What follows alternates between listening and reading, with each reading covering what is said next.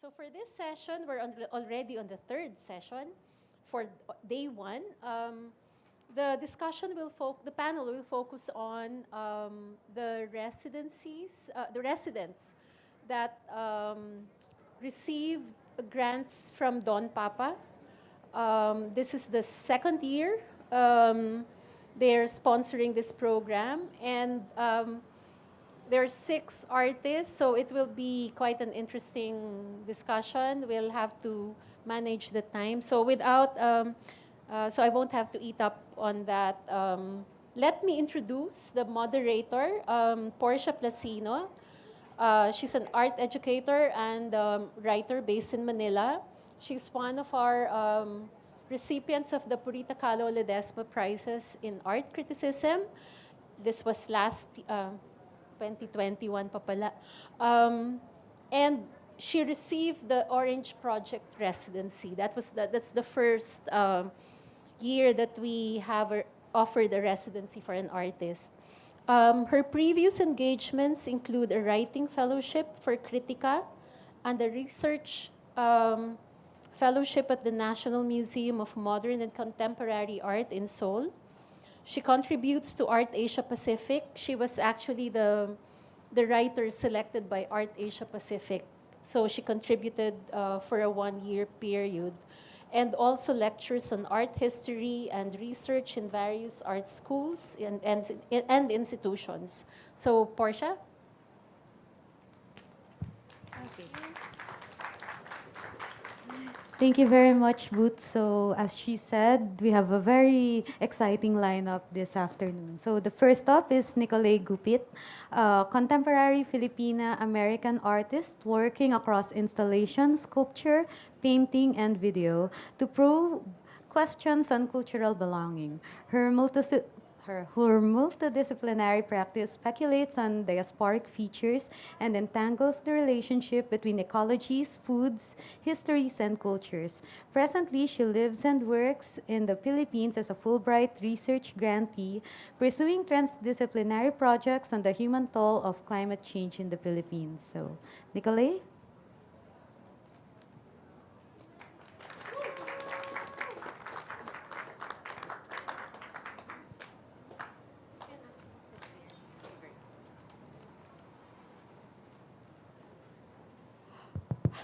Hello, everyone. My name is Nicolei Buendia Gupit, and I did the residency at Linangan Art Residency in Alfonso, Cavite. And I was asked to speak about my experience at Linangan, so I'll be doing that. So essentially, my expectations of the residency was based on a previous residency experience I had in the States. So I'm originally from California, and I did a residency in, wow, this one, California. I did a residency in Colorado. It was called Elsewhere Studios. It's a small new residency where essentially it's a open-ended residency where you work for 1 month, and at the end of the month, you create artwork. You exhibit artwork. And basically, I had the expectation that the residency at Linangan would be the same, that it would be open-ended, you eat, sleep, and cook whenever you want. But actually, it's quite different. So when I arrived at Linangan, it is structured. There are workshops, art classes, and there's a specific time you wake up with everyone and you eat with everyone. And it kind of creates a culture of community. So I actually met a lot of what I believe to be my lifelong friends at the residency, many of whom are here today. Sorry, what else? And my overall experience was very positive. I had a really rewarding experience with the people that I work with, and it was basically like an art camp for 2 months where you really just get to cook with your fellow artists, and you at sometimes I even forgot that we're all artists because we would be laughing at the dining area together and just as like friends and fellow human beings. And what else? I guess I just want to share two really memorable experiences I had. One of which was when we had a kitchen duty. Essentially, we had to cook dinner. Two of my batchmates and I had to cook dinner, but there was a water crisis. There was no running water, and we had to wash a lot of the pots and pans in order to cook. And then there wasn't enough ingredients to cook anything, but somehow we made it through. We survived. We cooked some canned veggies, put it all together, and we struggled together. And today we still laugh at what happened that we were able to manage. And then secondly, another really memorable moment was when I was cramming for the exhibition, the final exhibition, Patikim, and I basically stayed up really late, even though I wasn't allowed to. And then I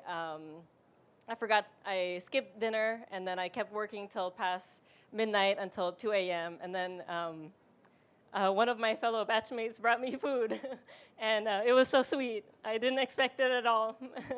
It was really, really heartwarming, and it was like just a really unexpected surprise from someone who I really just met. I just met through the residency.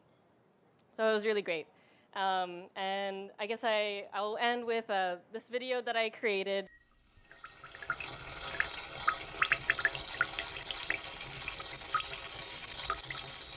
Galing pong barangay ang aming tubig.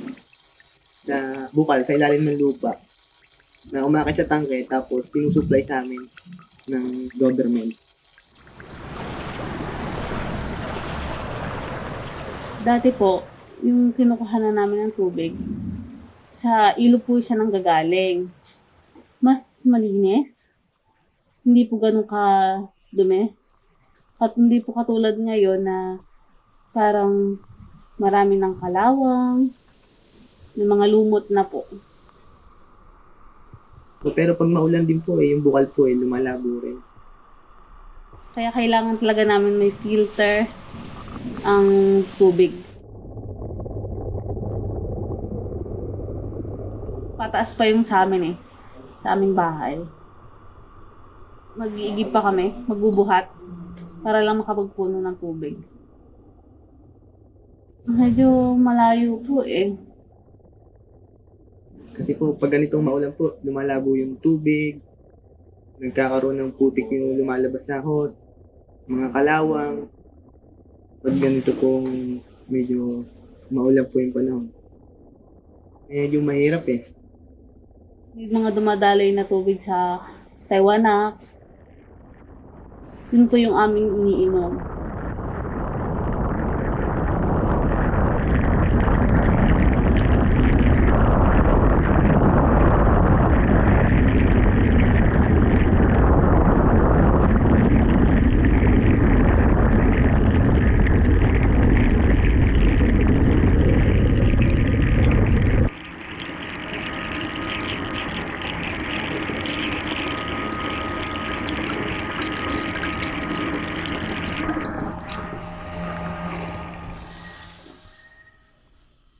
Yolanda, tsaka Milenyo ba yun?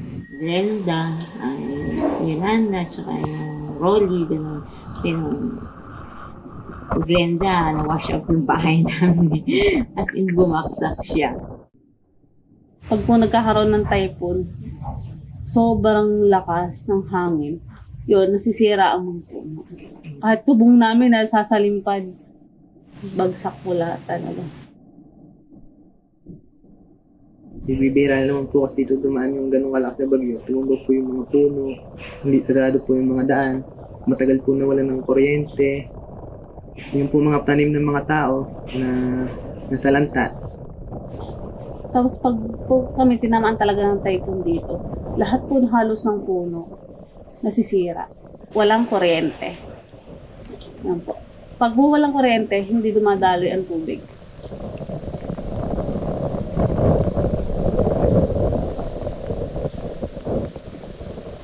Kailangan lang natin alagaan yung mga ilog, ganyan. Huwag natin po madumi.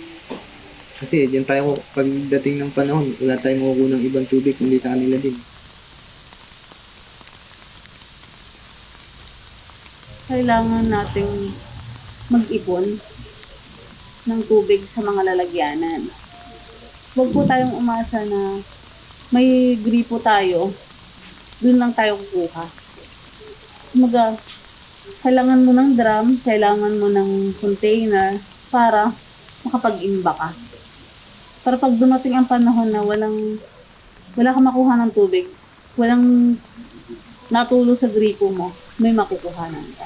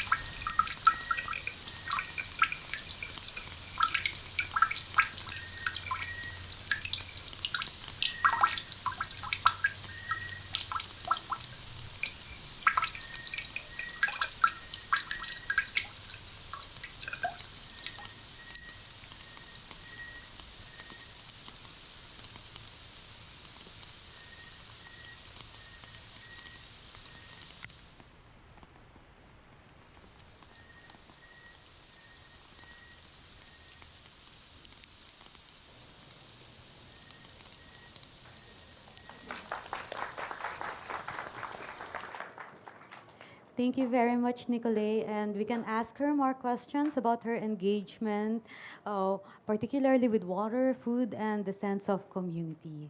Okay, so the next one, uh, Aaron Kaiser Garcia. He's an alumnus of Intercultural Theater Institute in Singapore and dance program at the Philippine High School for the Arts. With a strong background in theater and folk and contemporary dances from all over Asia, he has gone on to explore contemporary performance making. Aaron's practice looks into the nature of the contemporary today and what constitutes folk dance by challenging fabricated political narratives of the past. He explores the potentiality of the body to exist consciously to understand its embodied culture and function as a microscopic investigation into meaning making in the evolving social and political landscape of the Philippines via choreographic means. So, Aaron? Hi, thank you. Hi, good afternoon to everyone. I'm Aaron, and I'm the resident of Emerging Islands for this art fair. Yeah. So before I talk about the experience of my residency at Emerging Islands, I just want to kind of contextualize my practice. So it all began in Makiling in Philippine High School for the Arts, where I studied Philippine folk dance. And then at that point, I realized na some of the folk dances that I've been learning are fabrications lamang ng mga choreographers. So it's not really traditional folk dance. So for me, yung notion ng contemporary folk dance ay hindi pa siya masyadong nasa-solidify until now. But for me, ang contemporary folk dance is not about fusion of two forms. It's all about folk as contemporary. So ito yung isang video ng immersion ko with community in San Gabriel, La Union.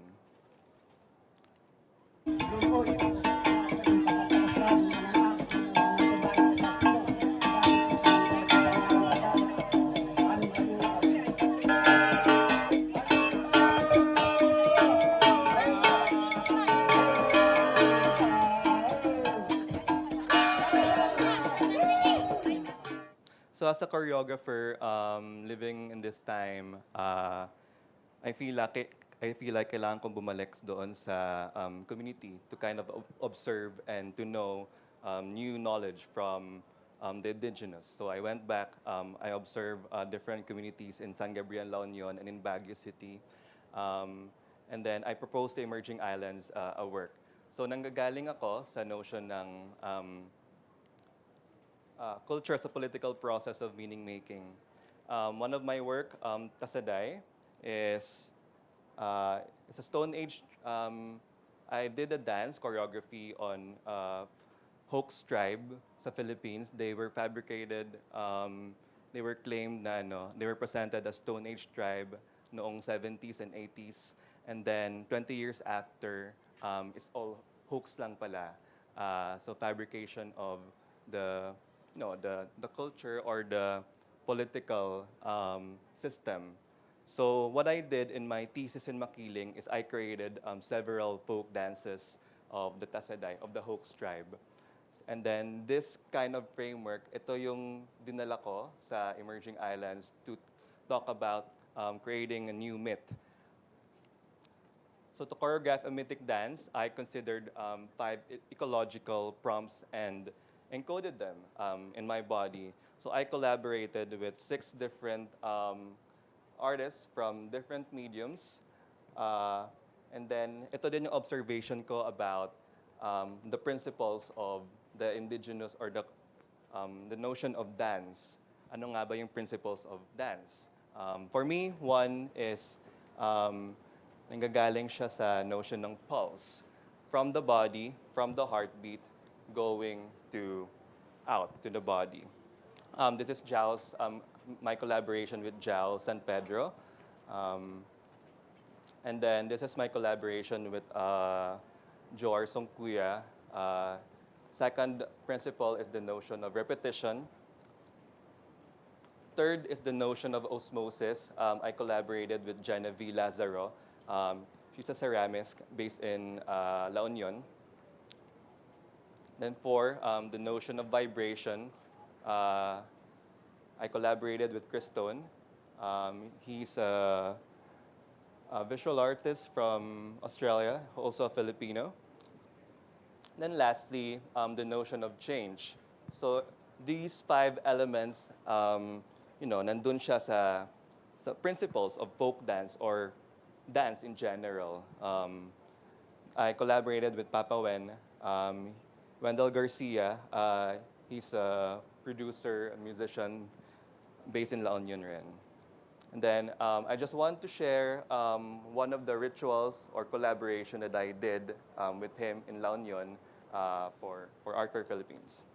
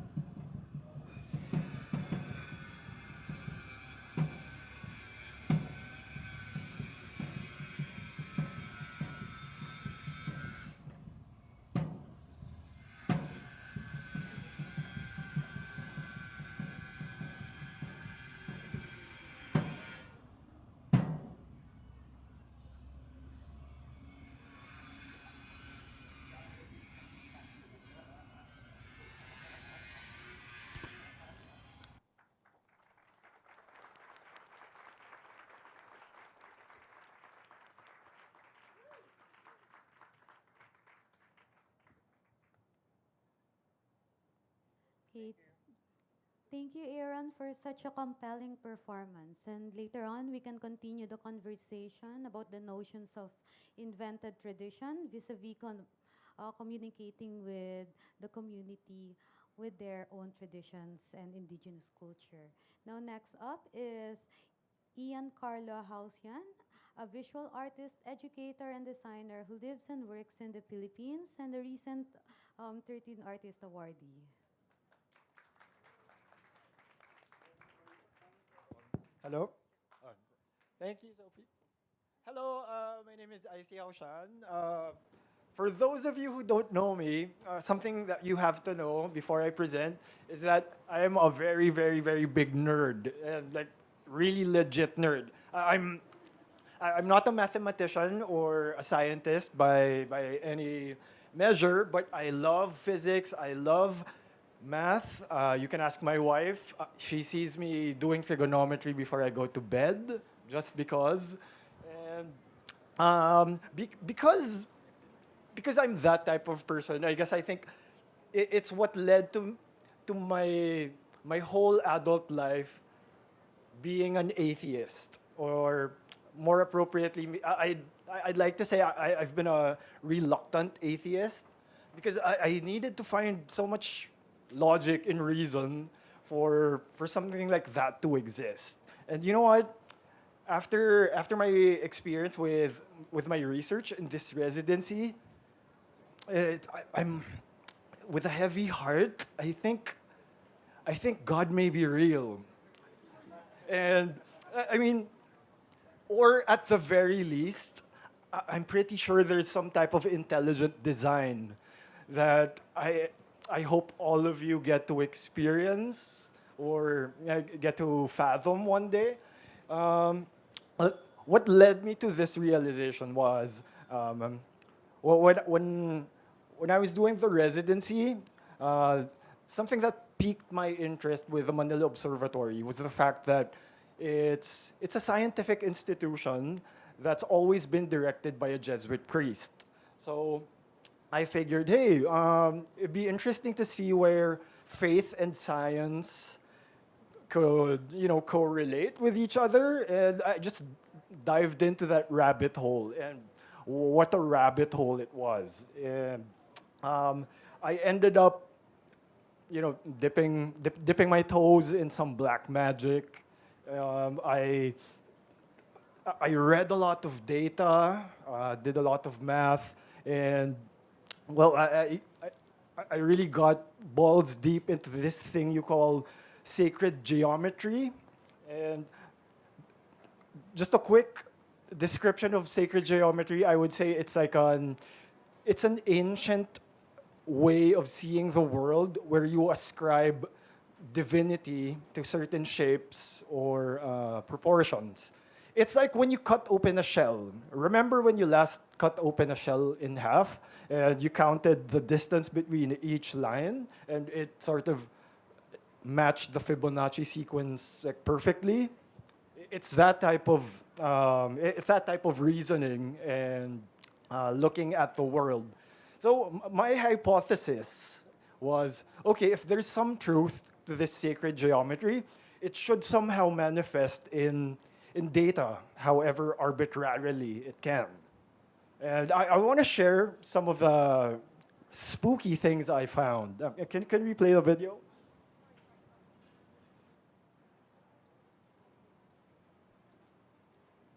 So this is a selection of data from the climate report of the Manila Observatory. It's from this book. There are 12 different regions here showing different climate prediction data. The red line is the baseline for 2020. But the thing you need, okay, I cut the baseline off and you're left with an 11 to 14 ratio. Make that ratio into a diameter of a circle and the sides of a square. Their perimeters and circumference are the same, exactly the same. I mean, down to the 4th decimal point. And if you scale that up, you don't change the shape at all, huh? Just scale that up, add a few more circles, wait for it. you get the exact ratios of the size of the Earth and the Moon. You can Google that shit. It's real. And okay, can you pause for a while? Another interesting fact. Again, you can Google this right now. If you convert the values into miles, you get 5,040 miles, which is a factorial of 7, which means 1 times 2 times 3 times 4 times 5 times 6 times 7. Isn't that spooky? Okay, we can move on.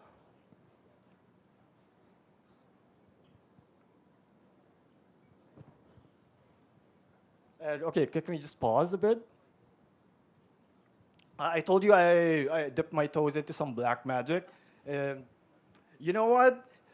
I found this book. It's called the Clavicula Salomonis Regis, or the Key of the Solomon the King. It's an ancient book ascribed to King Solomon of the Bible. And some texts say it was given to him by Saint Michael. Some say it's like some random archangel.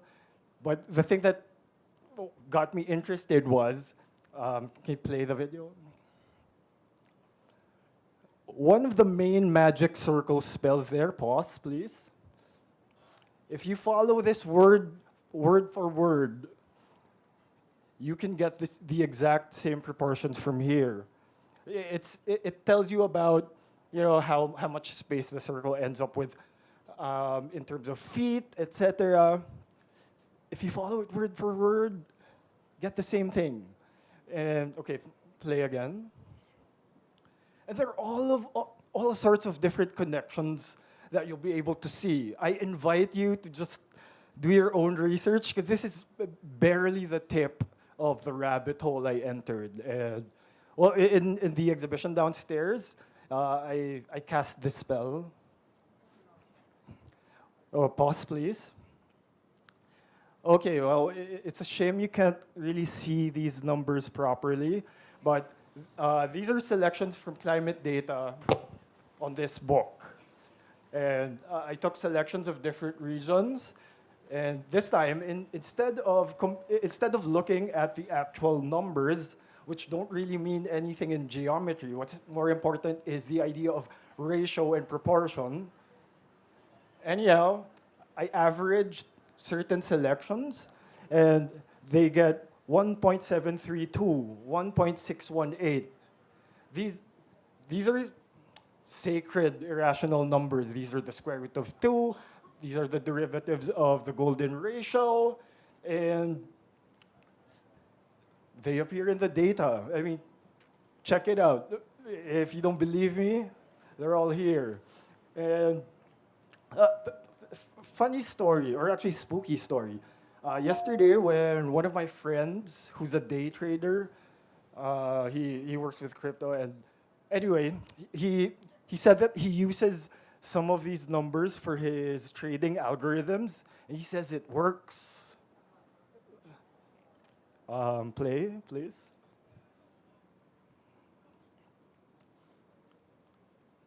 So what does this all mean? I really don't know. But if you plot these numbers geometrically, oh, can we play? Yeah, it's playing. If you plot them geometrically, they form what's known as a vesica Piscis. It's an ancient symbol for Jesus Christ and other deities from different cultures. Anyway, there's all sorts of things you can make with those proportions. The one I'm demonstrating here is, with those proportions, you create what's known as the Metatron's cube. And the Metatron's cube is a special grid where you can trace all the Platonic solids inside. And incidentally, the Metatron's cube is named after Metatron, the archangel, who was Noah's grandfather before he was taken up by God and turned into the scribe of the universe. And well, you'll see this in the exhibition downstairs. I made a stained glass piece of. Anyway, just to wrap up, can we pause with this frame? I guess this sort of sums up my my my journey so far. I'm sure it's not over. The rabbit hole goes deep, and when I was trying to make sense of all of this, I stumbled upon like a 1960s paper by this Nobel laureate, Eugene Wigner. It was a very, very interesting paper where he argues that mathematics and science, they're both fundamentally different practices. That it makes no sense that mathematics is able to describe the physical world. I mean, uh, it's to, if I were to simplify, okay, this is like a gross exaggeration, but from what I understood with his paper, it's like the act of using mathematics to describe science is like finding pictures and shapes in the clouds. But then, what's profound for me at least is not that I'm demeaning how mathematics is used for science, but I'm saying that maybe seeing shapes in the clouds is more profound than what we take it for granted for. Thank you.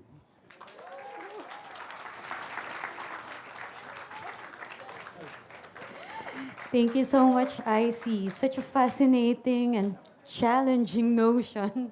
And I think most of us would have to Google some of these concepts so it could be clearer. Okay, we'll ask more questions later on.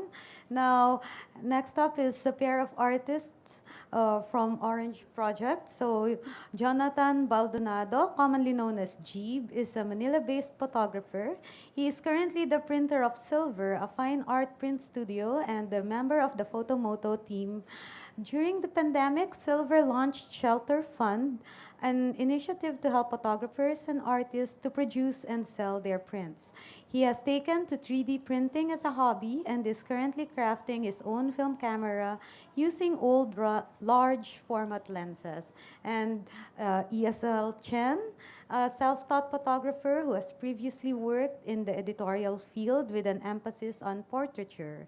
A founding member of Photomoto PH, he took up digital photography as a hobby during his studies in De La Salle University and eventually discovered printing. His primary interest lies in the interface of the old and the new, namely how analog and digital processes meld with each other.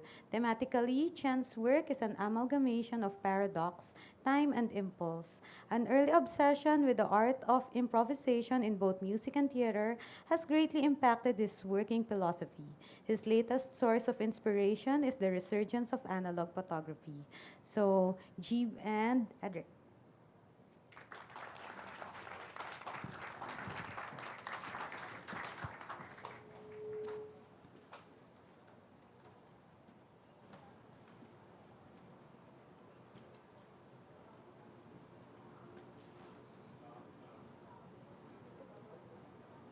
Hello, good afternoon. Hello.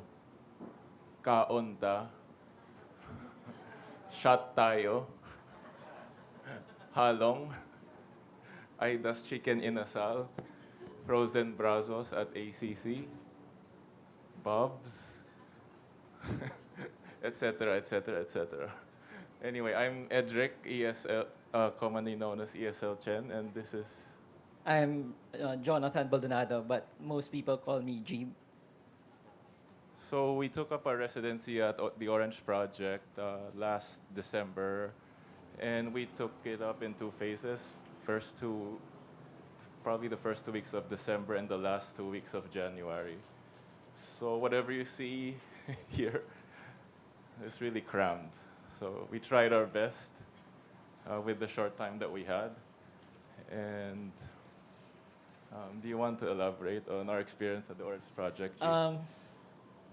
Everything started with seeing Freelan Gonzaga's printed work on an office printer.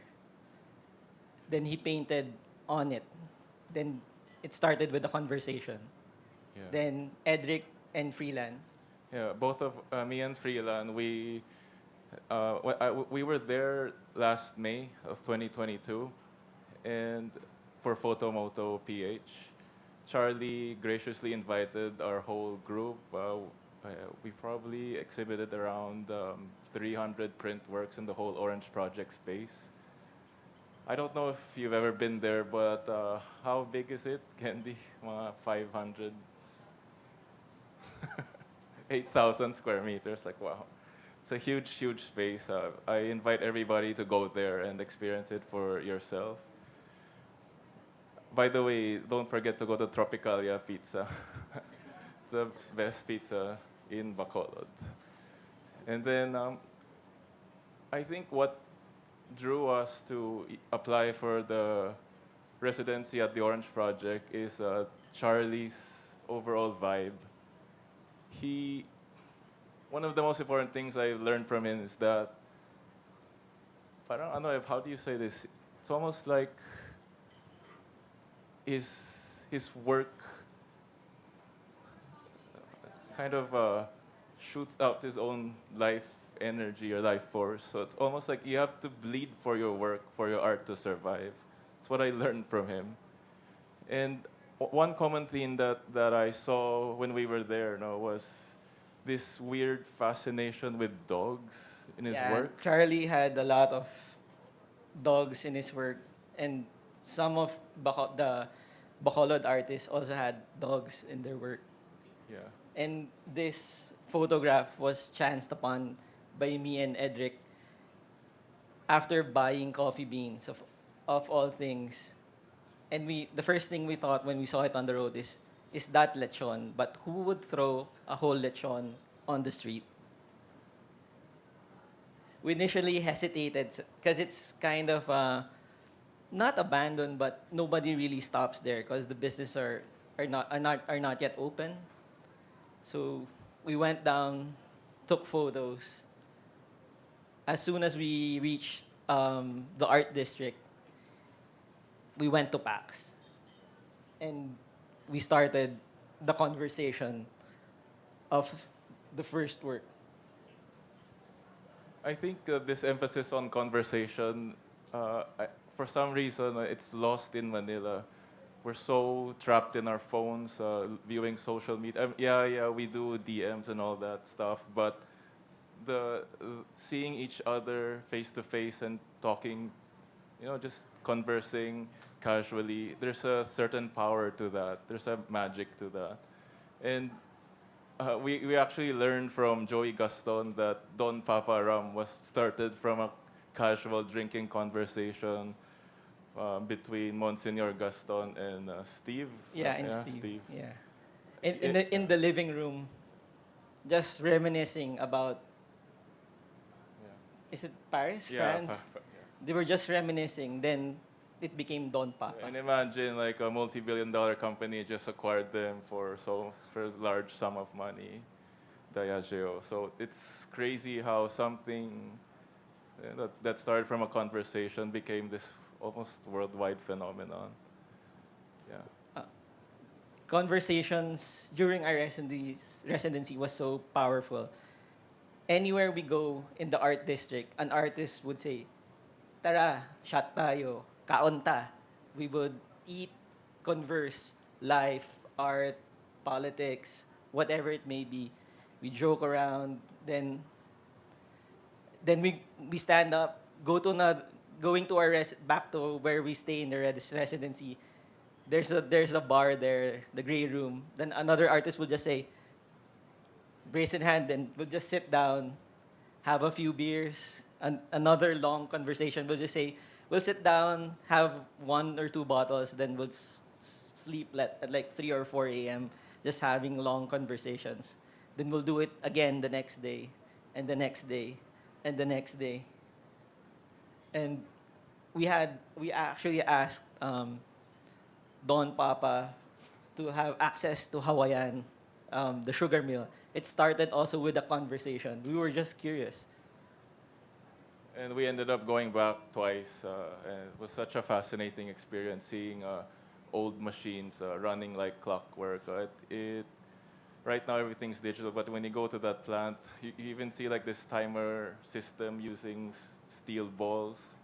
I don't know how it all works, but it's just so interesting to see.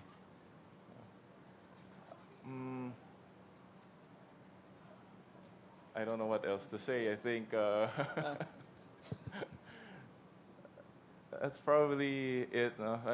What we're most excited about right now is that we're in talks with the with the art district to build a community dark room there, and it probably will morph into something else. But that's how we intend to start it.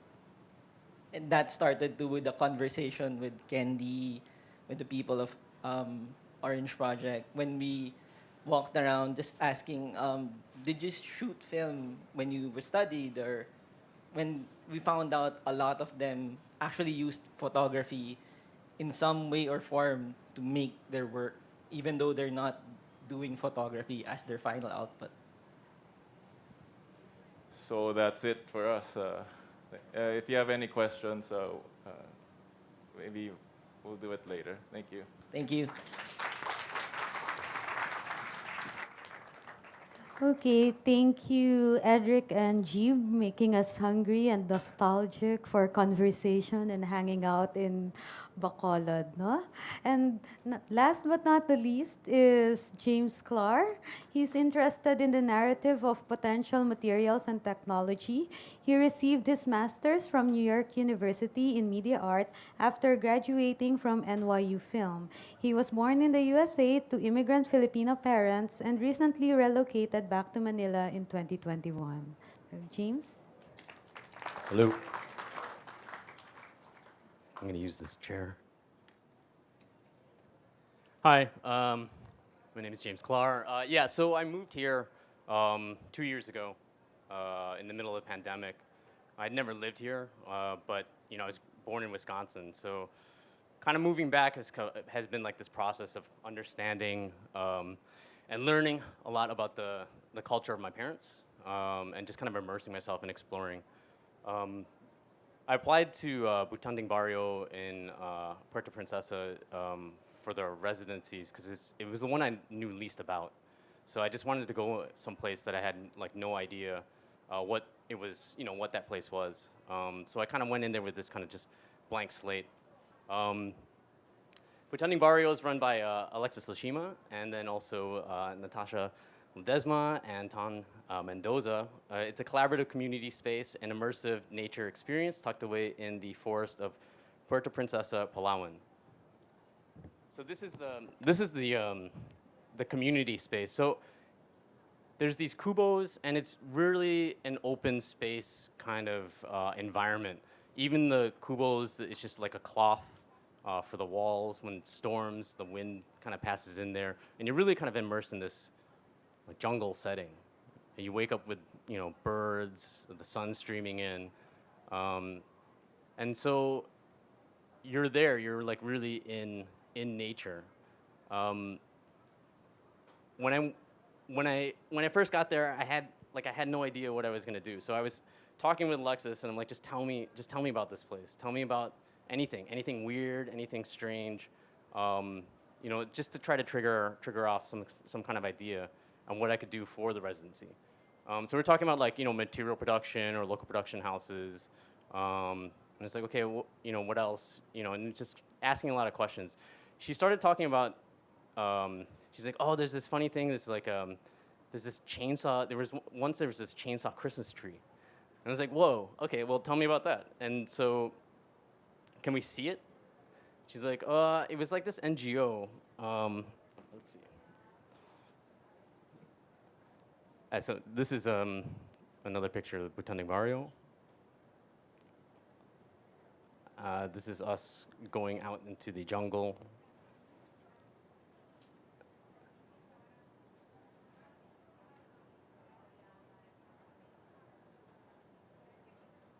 Visiting some of the beaches.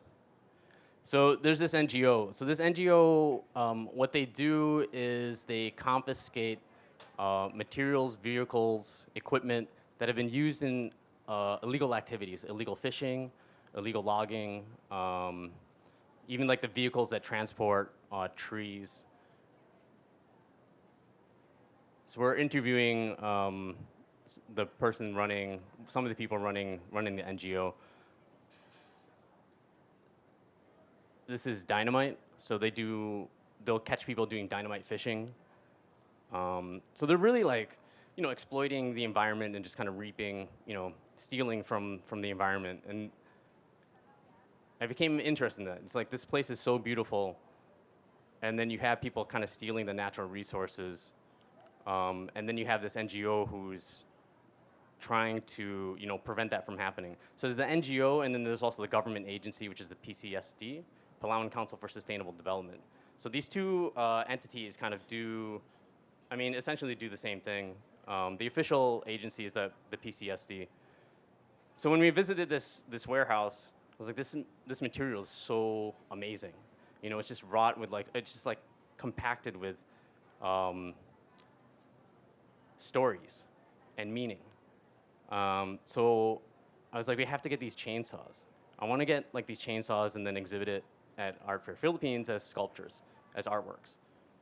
So we had we visited the PCSD, and then it became this months-long lobby to try to convince the government agency to allow us to transport these chainsaws here to Manila. It's so hard to get chainsaws in Palawan. They're really highly regulated. So they have you have to register to be allowed to have a chainsaw. They take the serial number. If you ask for more than one chainsaw, then they start to get suspicious as to why why do you need more than one chainsaw? So they catch these guys doing illegal logging. They'll hear the sound of chainsaws going off, and then they send people out there and then stop them from doing illegal logging, and then they confiscate the chainsaws. So we had we're just trying to figure out how can we get these chainsaws. And the normal request that we did to the PCSD, they're like, no, we can't, we're not gonna let you do that, And so we just kept trying. We got denied 3 or 4 times. And each time we're like, okay, we got denied this way. Who do we know that can try to help us out in another way? And eventually we're reaching out to the governor and his office.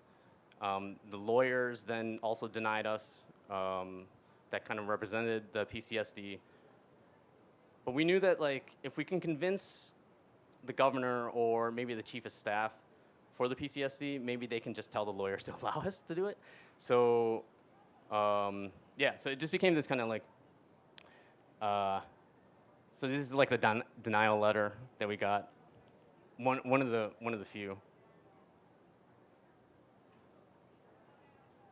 And then eventually we were able to get the transport permit. So we were able to convince the chief of staff to allow us to do it. I think the idea was that we wanted it to be, we want these chainsaws to kind of promote discussion of sustainability and development. So it's really this this idea that the artwork can kind of promote a discussion for it, because Puerto Princesa, it's developing quick. It's in the middle of Palawan. It's kind of an industrial city, but it's also it's growing so fast. So you have to allow development to happen, but at the same time it has to be done in a sustainable way. We can't ignore that this stuff happens. We can't ignore that development's going to happen. These places are only going to get more and more busy, but it should be done in a way that's sustainable. So instead of ignoring illegal logging or trying not to talk about it, we have to talk about it. And I think we have to have this kind of conversation so that people are aware of it. They're aware that it happens. They're aware that the government agencies are trying to stop that, and that development has to be done in the correct way. So if you see the chainsaws downstairs, it's official. It's actually official evidence from their warehouse. So you'll see the tags on the chainsaws that have the listing of who they took it from, the serial number, all the information about each of the chainsaws here. And so it was really back and forth. I mean, we didn't even know until maybe a week ago if it was actually going to arrive or if we would actually be able to get the chainsaws here. Once we had to go through their lawyers, we had to notarize the contract on our end. We had to give them a physical copy. So the chief of staff was here at lunch, and we're running to give him the contract in person, because the lawyers in Palawan were saying we can't allow you guys to have the transport permits unless we have the physical copy with us. And we knew if we mailed it, it's going to take too long. So we figured out that the chief of staff was here on lunch. So we were like running to Rockwell to hand him like the physical copy. And then we emailed the lawyers and said, okay, now it's in your hands. You guys have it. So they gave us like a selection of 10 different chainsaws, and then selected these 4. And so this is the chainsaws.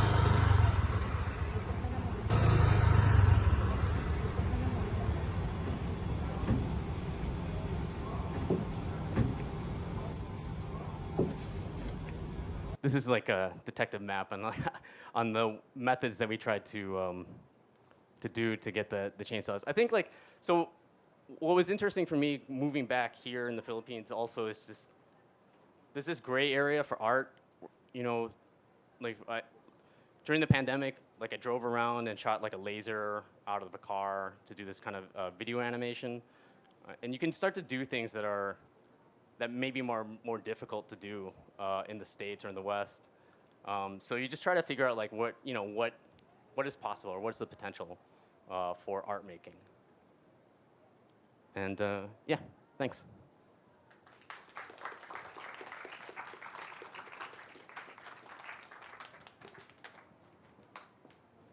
Okay, thank you very much, James. Now we'll just set up and let's invite the artists to take the stage again. Thank you.